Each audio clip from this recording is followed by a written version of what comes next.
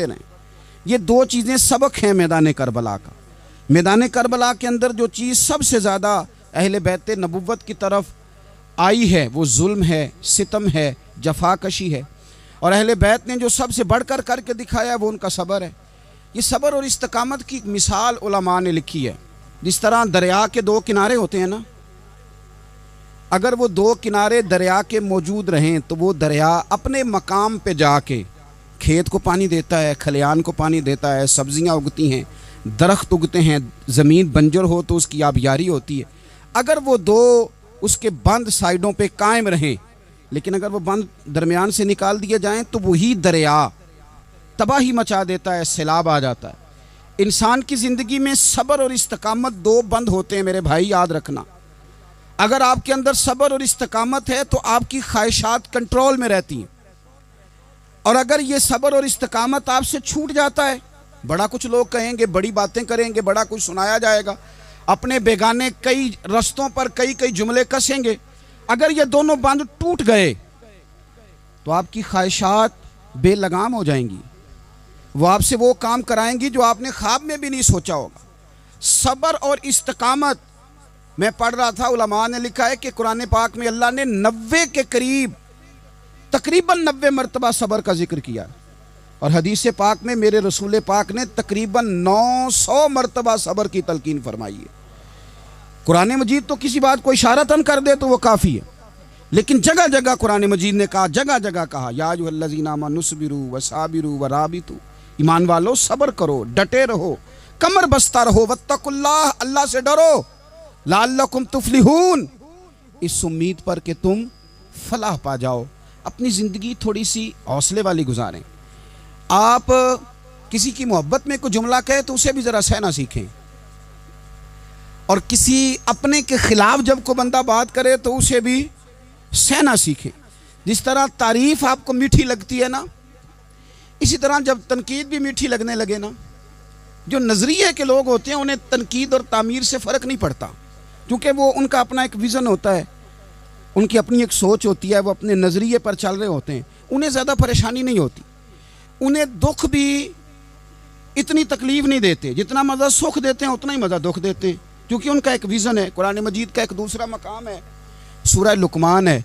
हज़रत लुकमान अपने बेटे को नसीहत करते हैं तो कहते हैं, या बुनैया, ए मेरे बेटे, अकीमिस्सलात व अम्र बिल मारूफ, एक तो नमाज कायम रखना, और दूसरा लोगों को नेकी का हुक्म देना, वन्हा अनिल मुनकर, और लोगों को बुराई से मना करना, वस्बिर अला मा असाबक, और इस रास्ते में जो तुझे तकलीफ़ आई उस पर सब्र करना।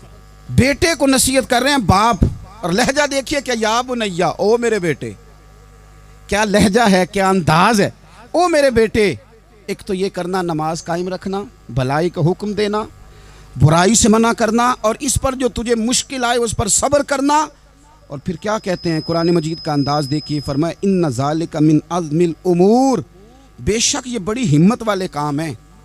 नेकी का हुक्म देना, बुराई से मना करना, नमाज पढ़ना और मुसीबत पर सब्र करना, ये हिम्मत वाले काम है पुत्र, हिम्मत वाले काम है, ज़रा डट के करना, बेहौसला ना होना। एक बुजुर्ग बैठे थे, अल्लाह के नेक बंदे भी थे और तिजारत भी करते थे, लाखों का कारोबार था।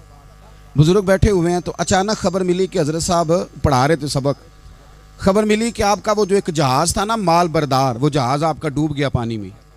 फरमाने लगे अल्हम्दुलिल्लाह, सबक पढ़ाते रहे।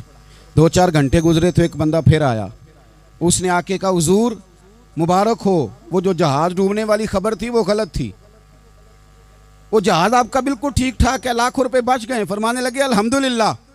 सबक उसी रूटीन से पढ़ाते रहे। पहली नुकसान की खबर आई तो फिर भी अल्हम्दुलिल्लाह, और दुख की खबर आई फिर भी अल्हम्दुलिल्लाह, सुख की आई तो फिर भी अल्हम्दुलिल्लाह। सबक अपनी रूटीन से पढ़ाते रहे, सफ़र जारी रहा, रुके नहीं। इख्तिताम हुआ तो तलबा कहने लगे, हुजूर इतने बड़े नुकसान की खबर आई, जुमला ही कोई नहीं टूटा आपका, लफ्ज़ों के अंदर कहीं हमने उतार चढ़ाव नहीं देखा, हुजूर चेहरे पर कोई परेशानी नहीं, और फिर इतनी बड़ी खबर मिली खुशी की, कोई आपकी आंखों में रोशनी नहीं आई, कोई हमने आपका चेहरा बदलते नहीं देखा, मामला क्या है? तो फरमाने लगे, मामला एक ही है, दुख भी रब की तरफ से है, सुख भी रब की तरफ से है। तो दुख कबूल मोहम्मद बख्शा राजी रहन प्यारे, अगर सारा कुछ उसी की जानिब से है तो ये तो कोई बात ना हुई कि दो खाने पे बंदा कहे हो ये क्या बन गया। सुख आए तो बंदा के देखा मैंने मेहनत की थी तो कामयाब हो गया। इमाम अली मकाम रदी अल्लाह तआला अन्हु की फिक्र को समझ जाओ। जब वो मुस्तफ़ा करीम के कंधों पे थे फिर भी अल्हम्दुलिल्लाह, और जब उनका सर नेज़े की नोक पे था फिर भी अल्हम्दुलिल्लाह। किसी मकाम पर किसी जगह भी हुसैन इब्ने अली शिकवा करते नजर नहीं आते। सैयदना इमाम अली मकाम हर मकाम पे कहते हैं अल्हम्दुलिल्लाह अल्हम्दुलिल्लाह अल्हम्दुलिल्लाह। जब तक वो मस्जिद नबवी के मिंबर पर जलवा फिराज थे और जब तक जमाना हाथ बांधे उनके सामने खड़ा था फिर भी अल्हम्दुलिल्लाह। और जब उनके बच्चों के हाथों में जालिमों ने जंजीरें डाल दी तो फिर भी अल्हम्दुलिल्लाह। जब तक सूरज चांद भी सैयदा ज़ैनब के घर के करीब से गुजरते थे तो ज़रा थोड़ी नज़र हटा के गुजरते थे मालिक, फिर भी अल्हम्दुलिल्लाह। और जब शाम के बाज़ार में परदेसी बहन अपने भाई का कटा हुआ सर लेके सफ़र कर रही थी तो फिर भी अल्हम्दुलिल्लाह। मारो मारो ना मैनू मार मुकाओ, मैं कोई उज़र ना पेश ले आवां ते जे सोहना ही मेरे दुख विच राजी, जे सोहना ही मेरे दुख विच राजी ते फिर सुख नू चुल्ले डावां। ये अल्हम्दुलिल्लाह का मिजाज लाओ। ये रोज़ जो घर में लड़ाई करना, रोज़ इख्तलाफ राय की बात करना, रोज़ कभी किसी की गीबत करना, कभी किसी की करना, कभी किसी चौक में बैठ के शिकवा करना, कभी किसी चौक में बैठ के शिकवा करना, कभी कहना कि फ़लाँ जगह में नाकाम हो गया फ़लाँ की वजह से हो गया। ये कुछ शेवा है मुसलमानी का? मुसलमान हर हाल में अल्लाह की तस्बीह पढ़ता है। मुसलमान हर हाल में अपने रब को याद करता है। वो कहता है बहार हो के खिज़ां ला इलाहा इल्लल्लाह, खुदी का सिर्रे नेहा ला इलाहा इल्लल्लाह, खुदी का तेग फुसा ला इलाहा इल्लल्लाह। और अगरचे बुत हैं जमात की आस्तीनों में, अगरचे बुत हैं जमात की आस्तीनों में, पर मेरी मजबूरी है ना, मुझे है हुक्म अज़ां ला इलाहा इल्लल्लाह। अपनी ड्यूटी करता है वो अपने काम लगा रहता है। आप कभी पलट कर मेरे रसूल पाक सल्लल्लाहु ताला अलैहि वसल्लम की खूबसूरत ज़िंदगी को देखें ना, खूबसूरत ज़िंदगी को। मैं क्या करूं, हमारे मिजाजों में बातें ऐसी आती जा रही हैं, हम इंतज़ार करने को तैयार ही नहीं। अभी मेहनत किया तो शाम को रिज़ल्ट आना चाहिए। जो पूरी 5 दिन नमाज़ पढ़ लेता है वो कहता है अभी मैं वली नहीं बना, इतने दिन हो गए नमाज़ पढ़ते। जो पूरा 40 दिन प्रॉपर तरीके से दरूद पाक पढ़ लेता है वो कहता है देखो मुझे अभी तक ज़ियारत ही नहीं हुई नबी पाक सल्लल्लाहु अलैहि वसल्लम। जो अभी कल आया है और कल अभी उस शख्स ने आकर के शुरू किया सिलसिला तो कहता ओहो मेरा मार्फत वालों में नाम कब आएगा। वो भाई लोगों की ज़िंदगियाँ गुजर गई, लोगों के अहवाल गुजर गए। मैं बैठा था बुज़ुर्गों की खिदमत में, तो एक शख्स ने आके कहा हुजूर मैं आपके लिए सलाम लाया हूँ फलां अजीम हस्ती का। तो हज़रत साहब ने उसको थपकी दी, फरमाने लगे पुत्र मैं इन्ने जोगा नहीं, तेनू कोई भुलेखा लग गया है, मैं बदकार पुराना खादम, ओ मैं नहीं इस काबिल यार, ये तुझे गलती लग गई है, मुझे तो अपने अमाल का पता है, मैं मौजूद था और साहिब इल्म व फजल बंदे के पास था। कहने लगे पुत्र मैं नहीं इस काबिल, मेहरबानी करना तू मेरे लिए दुआ कर, अल्लाह ताला मेरे ऊपर रहमत कर दे और कोई रास्ता खुल जाए। और सजनों सुनो, हज़रत उमर फारूक जैसा बंदा मेरे रसूल पाक सल्लल्लाहु अलैहि वसल्लम के गुलामों में मौला अली शेर खुदा का मर्तबा कौन जान सकता है।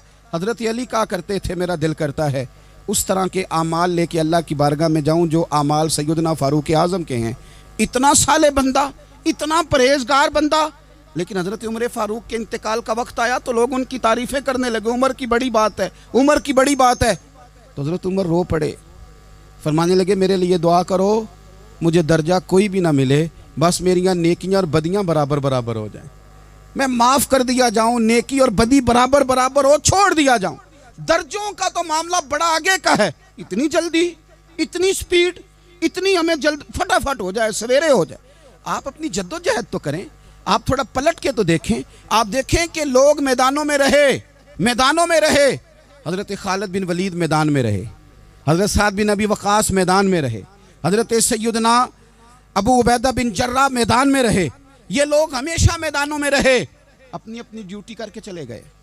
इस्लाम फैलता रहा, अपनी अपनी तरतीब से आगे जाता रहा, अपने अपने रंग में अल्लाह ताला लोगों को दीन की समझ अता करता रहा। जल्दी बड़ी है, बहुत जल्दी है, शार्ट दरवाज़ा चाहिए, सब्र ही कोई नहीं, इस्तिकामत ही कोई नहीं, फटाफट हो जाए। बहुत सारे लोग आके कहते हैं हज़रत साहब नमाज तो पढ़ने लगा हूँ, रोज़ा तो रखने लगा हूँ, दाढ़ी भी मैंने रख ली है और आपके पास भी आता हूँ, अब कोई निगाह कर देना। तो मैं कहता हूँ ये जो नमाज आपने शुरू किया है ये बगैर निगाह की हो गई है। ये जो आप आना शुरू हो गए हैं तो इसको आप निगाह नहीं समझते, और ये भी मेरी निगाह नहीं, परेशान ना हो जाइएगा, ये भी अल्लाह रसूल की निगाह ही है। ओ खुदा के बंदो, थोड़ा सा अपनी ज़िंदगी में सब्र और इस्तकामत को लाओ, थोड़ा रास्ते पे चलना सीखो। और मैं आपको एक बात अर्ज़ करूँ, हमारे सूफिया ने एक बारीक नुक्ता भी बयान किया। वो कहते हैं ये जो विसाल है ना, विसाल, ये तो इख्तिताम है, मुलाकात तो फना है, जो मिल गया वो तो गया, जिसकी मुलाकात हो गई वो तो गए थे ना जनाब मूसा मिलने, फिर क्या हुआ था, जिसकी मुलाकात हो गई वो तो गया। असल काम क्या है? असल काम उसके रास्ते में रहना है। असल काम तो ये है कि तू उस रास्ते पे है कि नहीं, जिस रास्ते पे तुझे खड़ा किया था, उन राहों का तू मुसाफिर है कि नहीं, तू नक्शे कदम तलाश कर, नक्शे कदम। एक शायर सीरत निगार भी थे, समझ लें उन्होंने सीरत निगारों को भी देखा, उशाक को भी देखा, रसूलुल्लाह के ग़ुलामों को दीन की नौकरी करते भी देखा, 40-40 साल हदीसें पढ़ाते भी देखा, नबी पाक के नाम पे गली गली नगर नगर जाते आते भी देखा, हुजूर सल्लल्लाहु अलैहि वसल्लम की बातें करते देखा। तो किसी ने उनसे पूछा हुजूर तक रसाई भी हुई है? तो वो सरकार की बारगाह में मुखातब होकर कहने लगे तेरी मेराज कि तू जाने कहाँ तक पहुँचा। या रसूलल्लाह मेराज की रात अब कहाँ तक गए कोई पता नहीं। कहने लगे वो तेरी मेराज कि तू जाने कहाँ तक पहुँचा, और मेरी मेराज कि मैं तेरे खाके कदम तक पहुँचा। मेरे लिए तो इतना काफ़ी है कि महबूब वो जो तेरे कदमों से कभी गर्द लगती थी मदीने की, अगर मैं वहाँ तक चला जाऊँ तो मेरी तो मेराज हो गई, मेरा तो मामला हल हो गया, मैं यहाँ तक आ गया तो ख़त्म हो गई बात। थोड़ा सफ़र करें।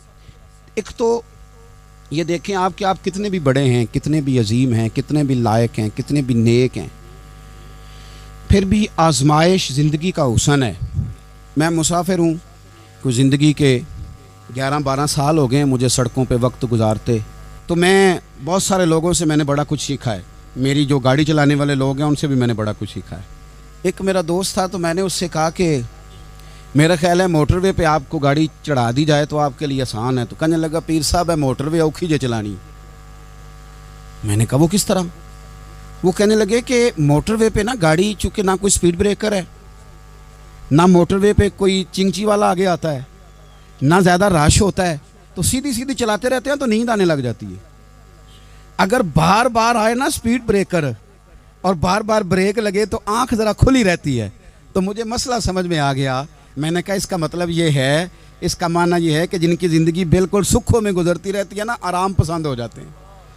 जिनकी ज़िंदगी बिल्कुल आसानियों में बीती है वो आराम पसंद हो जाते। और अगर कभी कभी स्पीड ब्रेकर भी आए, कभी कोई दुख भी देखना पड़े, कभी कोई अपनों बेगानों की बात भी सुननी पड़े, कभी कोई करीब आता दूर जाता दिखाई भी दे, कभी कोई बीमारी तंदुरुस्ती, ये हालात बदलते रहें, दिन तब्दील होते रहें, तो फिर लुत्फ बड़ा आता है, फिर मज़ा बड़ा आता है। वो किसी ने कहा था लगा ना जदों मैदान अजल दा ते लोकी चोरां वांग सुधाए, किसी ने लुट लई इलम जवानी, किसी हासे चोली पाए, आजम वेख जहालत साडी असी इश्क खरीद ले आए। वेख ना जहालत साडी असी इश्क खरीद ले आए। और फिर कहने लगे किसी दे सिर दस्तारे इमामत उस इलम पढ़ावन सीखिया है, तो किसी ने पहने फकर द चोगा उस जोहद कमावन सीखिया है। आजम वेख नसीबा साडा असी यार मनावन सीखिया है। तू वेख नसीबा साडा असा यार मनावन सीखिया है। मेरे अजीज़ ज़िंदगी के अंदर देखो, कायनात में सबसे ज़्यादा महबूबियत मेरे रसूल पाक की है। मेरे नबी पाक सल्लल्लाहु अलैहि वसल्लम की जुल्फ़ की बात भी मेरा रब करता है, हुजूर की आँखों की बात भी मेरा रब करता है, हुजूर सैयद आलम के चेहरा वद्दुहा की बात भी करता है, जुल्फ़े वल्लैल की बात भी अल्लाह करता है। मेरा रब रसूल पाक सल्लल्लाहु अलैहि वसल्लम के सीना अलम नशरा की बात भी करता है, पेशानी वल फजर की बात भी करता है, हुजूर की आँखें माज़ागल बसर की बात भी करता है। इतनी महबूबियत कि रसूल पाक चलें तो अल्लाह उसकी बात भी करे, हिजरत करें तो उसकी बात भी करे, जिस शहर में हुजूर रहें उसकी कसम उठाए।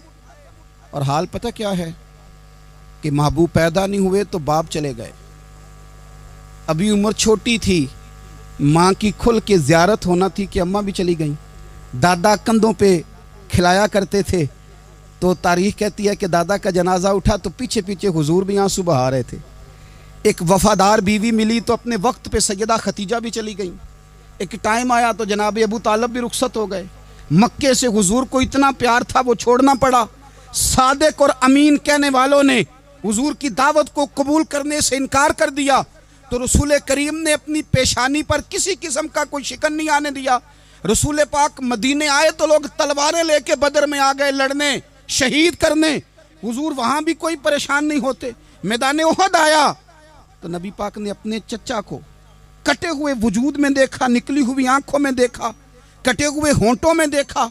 किसी जगह मेरे रसूल पाक सल्लल्लाहु ताला अलैहि वसल्लम शिकवा करते दिखाई नहीं देते। हुजूर की वो बीवी सैयदा आयशा सिद्दीका रज़ी अल्लाह ताला अन्हा, जिनकी पाकी का रब बयान करे, उन पर मुनाफिकीन ने इल्जाम लगा दिया। इतने पाक घराने पर लोगों ने उंगली उठाई। मेरे रसूल ने आंसू बहाए पर किसी जगह हुजूर परेशान होते दिखाई नहीं दिए। हम ढूंढने लगे, तलाश करने लगे। जब दरवाज़ा रसूल पे गए तो हुजूर खुद बोले, मेरे रसूल फरमाने लगे, मेरे गुलामों याद रखना ये सब्र मेरी चादर है, ये सब्र मेरी चादर है, ये हौसला मेरी चादर है।